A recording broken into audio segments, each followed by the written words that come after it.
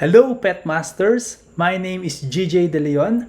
I tame pets and I create content about My DeFi Pet. Audit results are out and yes, My DeFi Pet passed. The audit means review of design documents and related smart contract source codes for potential security issues in the smart contract implementation. In simple terms, the significant parts of the codes behind our game were carefully reviewed with recommendations to improve game performance and game security. I also reviewed the codes. And in this video, we will go through some of the codes audited which might give us some clues regarding the future plans and additional information on the rules of the game. Specifically, this video will talk about the marketplace and breeding pets.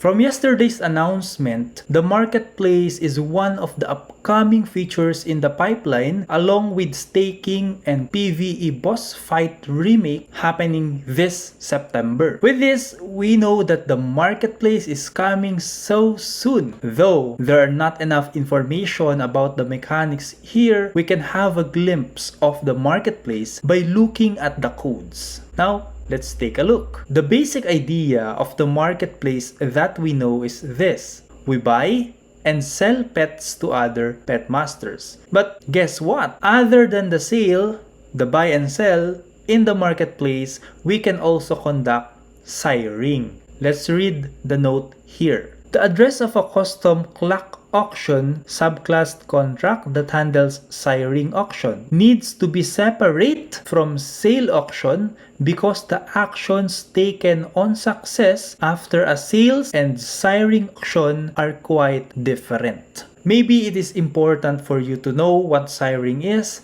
It is like renting a pet, okay? So you can use other pet masters' owned pets, but you have to return it afterwards. Why say that the action taken after selling and siring is different? This is the main difference between the two. For example, after you bought, you own the pet, right?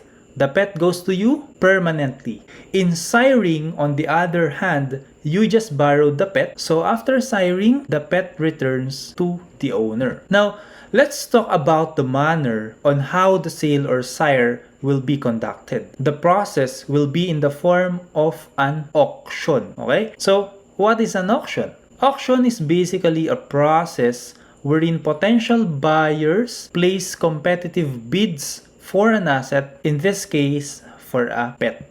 For example, if the spike on your screen right now is currently being sold for 5D pet, can you see spike? Okay, so let's say he is being sold for 5D pet. Any potential buyer might bid a higher price so that he or she can own the pet. Let's say that the bid is at 6D pet, okay? 6 higher than 5.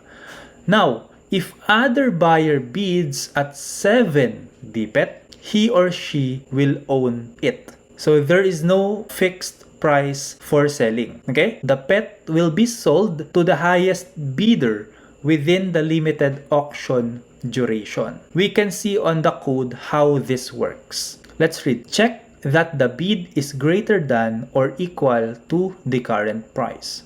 That means that if you are bidding, you should bid higher than the current price. It is also shown in the codes that you can use the pet you rented for breeding. The codes will look for your permission from the owner if you are allowed to use that pet. For example, on your screen, you own the Fang, okay? That is your pet. And then, you breed it with a Tigra that you obtained from siring, from the marketplace. So that is not your pet. And you can breed them together. This will be possible in the future. Now, another question is that, can you use the pets obtained from siring for battle purposes? That thing we still yet to know. Now, this time, let us talk about breeding. How generation number works, the cooldown period, and the restrictions. Some of this information are not disclosed or written on official announcements or articles about breeding so far. But you will also know these things through experience. Let us first investigate the rules on pet generation. For the benefit of the newcomers, your pet has a generation number as indicated on the picture. This Fang, for example, is a Gen 1 Fang, a Generation 1 pet. But how is the generation number determined? Let's read this code. The generation number of this pet, pets minted by the CP contract, for sale are called Gen 0 and have a generation number of 0. This means that all pets that are bought from the shop in the form of an egg is identified as Gen 0. Eggs will be limited, no? By the way, in the future. Yes, I said it. Selling of eggs will be stopped when a specific game milestone is reached, and that is the release of the marketplace. Let's continue reading the code. The generation number of all pets is the larger of the two generation numbers of their parents plus 1. Example, maximum of matron.generation and sire.generation plus 1. Okay, let us have an illustration for this. Say you have a Gen 0 Fang as the matron, then a Gen 1 winged pauper as the sire. The generation number of their child will be the maximum between the two parents. That is, maximum of 0 and 1, that's 1. And then we add 1. So 1 plus 1 equals 2. Thus, the child is a Gen 2. In case it is still not clear to you, let me give you another example. Breeding Gen 1 pet with a Gen 4 pet will give you a Gen 5 pet. Okay? Do you get it? I hope so. Now, let us proceed with a breeding cooldown period. What is this breeding cooldown? It is the amount of time needed to breed and produce an egg. So for our on-screen illustration, it is at 10 minutes, no? As you can see. We have this thing called the breed count, or the number of times the pet has already bred in the past. The cooldown time actually increases as the breed count of the pet increases. That means that if you are breeding your pet often, the cooldown time will increase. This is shown by the codes here. Let us read. A lookup table indicating the cooldown duration after any successful breeding action called pregnancy time for matrons and siring cooldown for sires, designed such that the cooldown roughly doubles each time a pet is bred. So it is doubling. So as you can see, 2 minutes, it will double around double. Okay, 5 minutes, double 10 minutes, and then 30 minutes, 1 hour, 2 hour, 4 hours, and so on. Encouraging owners not to just keep breeding the same pet over and over again. So that is their purpose. Caps out. At 1 week, a pet can breed an unbounded number of times, and the maximum cooldown is always 7 days. So as we can see, the maximum cooldown is 7 days or 1 week. Now, the key trivia that we got here is not just the cooldown time, but now we know that a pet can breed an unbounded number of times. That means you can breed it as many times as you want. Unlike Axis, that can be bred for only a maximum of 7 times.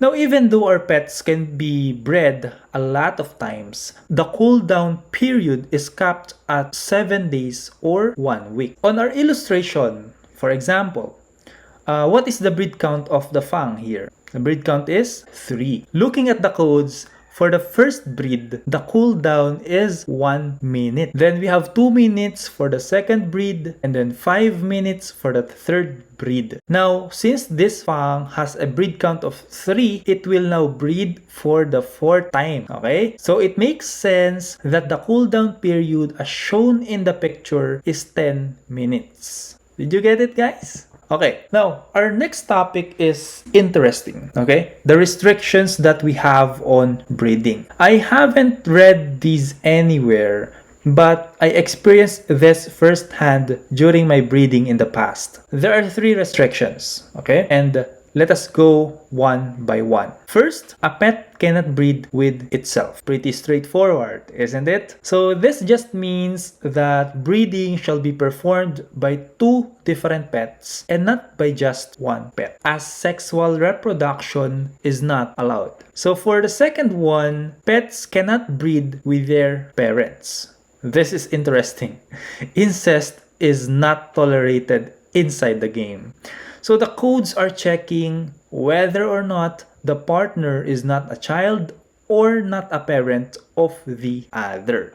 Do not try to do this because the game already prohibits it. Okay? Look, when I was about to choose a partner for my Fang, its Gen 1 child, the winged popper, is not allowed to mate. Okay? The tag children is visible and the pet is blocked from being selected. And then, the last but not the least, the pets cannot breed with full or half siblings. Yes, even the siblings are not allowed. So, this could actually give us an idea about why Gen 0 pets could be valuable in terms of breeding. Why? Simple. Gen 0 pets do not have siblings. I know this video is getting longer and there are more to discuss if we speak of about the codes.